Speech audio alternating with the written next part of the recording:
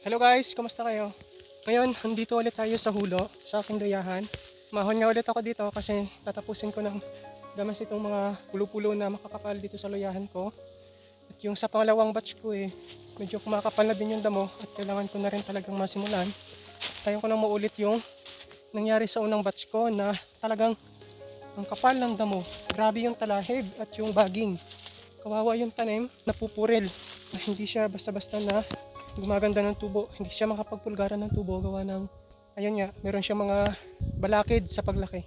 So kailangan natin talagang malinis. So ngayon, kakaiba dun sa mga nauna kong tanim guys, gaya nga ng mga post ko sa reels ko. Itong unang batch ko, hindi ko alam kung ano nangyari kasi tingnan nyo naman kung gaano yung kadalang yung tubo niya. Samantalang ang limit na ng tanim ko nito, ayun no, di ba ang dalang? Or baka hindi pa lang talaga tumubo. Ewan ko, bakit ganoon. Pero hindi kasi yung pangalawang batch ko, maganda naman yung tubo niya. Tingnan nyo naman yung tubo niya, no, kung gaano kadalang. Di ba? Yan, first batch yan. Yan o. Oh. Itong second batch ko, yan, kahit madamo yan, ayan o. Kita natin yung tubo niya, di ba?